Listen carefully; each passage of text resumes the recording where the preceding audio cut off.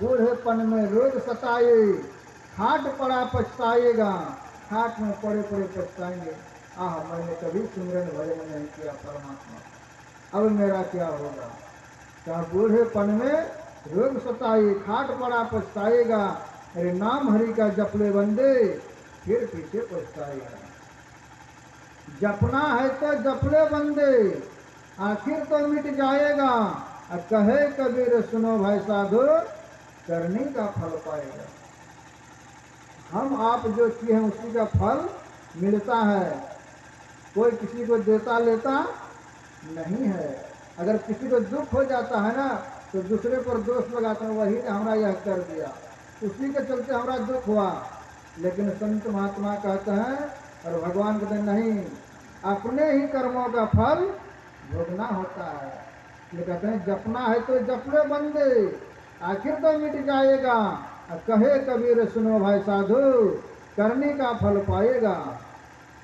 हम आप जैसे कर्म करेंगे उसी का फल मिलेगा। इसलिए सोच समझ करके कर्म करना चाहिए, क्या कर्म करें क्या नहीं करें। इसलिए यह प्रभु परमात्मा का प्राप्ति करने के लिए हम मनुष्य शरीर मिला है, विषय भोग करने के लिए नहीं। दिन में हम लोग पाठ में सुन रहे थे,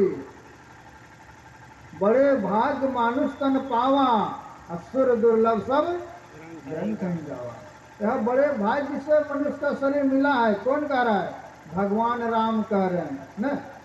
भगवान राम अपने प्रजाजनों को, गुरुजनों को, ब्राह्मणों को बुला करके, पूर्वासियों को बुला करके बहुत बड़ी सभा लगाई और उन्होंने कह रहा है कि आप लोगों के हित की बात कह रहा हूँ, अगर अच्छा लगे तो स्वीकार करना, अगर अच्छा नहीं लगे तो ये मत समझना कि राजा है कुछ भी कहेगा शासन करेगा, ये मत समझना। भगवान राम के राज्य में ऐसा था नियम कि किसी को जबरदस्ती कोई कानून बनाया नहीं जाता था। तो भगवान ने कहा अच्छा लगे तो इसे स्वीकार करना, अगर अच्छा नहीं लगे तो इसे छोड़ देना। भगवान राम ने कह रहे हैं सभी को कि बड़े भाग्य से मनुष्य का शरीर मिला है और देवताओं को यह दुर्लभ है। देवता भी चाहते हैं कि हमको मनुष्य का शरीर मिले और हम लोगों को मनुष्य का शरीर मिला हुआ है, और भगवान राम कहें कि मनुष्य का शरीर बड़ा भाग्य से मिलता है, देवताओं को दुर्लभ है। आप सोचिए जरा कि देवता हम लोग से किस बात का दुर्लभ है जो देवता मनुष्य का शरीर चाहते हैं और हम मनुष्य होकर के देवता शरीर चाहते हैं। कहते हैं नर्तन दुर्लभ देव को, सब कोई कहत पुकार, सब कोई कहत पुकार, देव दे ही नहीं पावे, ऐसे मूर्ख लोग स्वर्ग के आस लगावे। तुलसी साहब महाराज कहते हैं, जो हम लोग के दादा गुरु हुए, उन्होंने कहते हैं कि हम मनुष्य शरीर होकर के लोग पुकार लगाते हैं स्वर्ग की कामना करते हैं, देवताओं के शरीर की कामना करते हैं, लेकिन देवता लोग खुद मनुष्य की कामना करते हैं कि हमको मनुष्य का शरीर मिले, लेकिन मिलता जल्द देवताओं को नहीं है। सोचिए कि मनुष्य शरीर क्या विशेषता है जो देवता चाह रहे हैं मनुष्य का शरीर, और हमको मिला हुआ है मनुष्य का शरीर, और हम चाह रहे हैं देवताओं का शरीर। मनुष्य शरीर हम लोग को है, लेकिन हम लोग को जानकारी नहीं कि मनुष्य शरीर में क्या पावर है, मनुष्य शरीर में क्या गुण है, यह जानकारी नहीं है। यह मनुष्य शरीर जो है कहते हैं जीवात्मा प्रभु का अंश है। जीवात्मा क्या है? प्रभु का अंश है। जो प्रभु में शक्ति है वो इस शरीर रूपी जीवात्मा में भी शक्ति है ना। जीवात्मा प्रभु का अंश है, और इस अंश को जानने के लिए का संत के पास जानना पड़ेगा, संत का संतान बनने पड़ेगा, तब आपका यह ज्ञान होगा। गुरु महाराज ने कहा समय गया फिरता नहीं, झट ही करो निज काम, और जो बीता सो बीतिया, अब हूँ कहो गुरु नाम।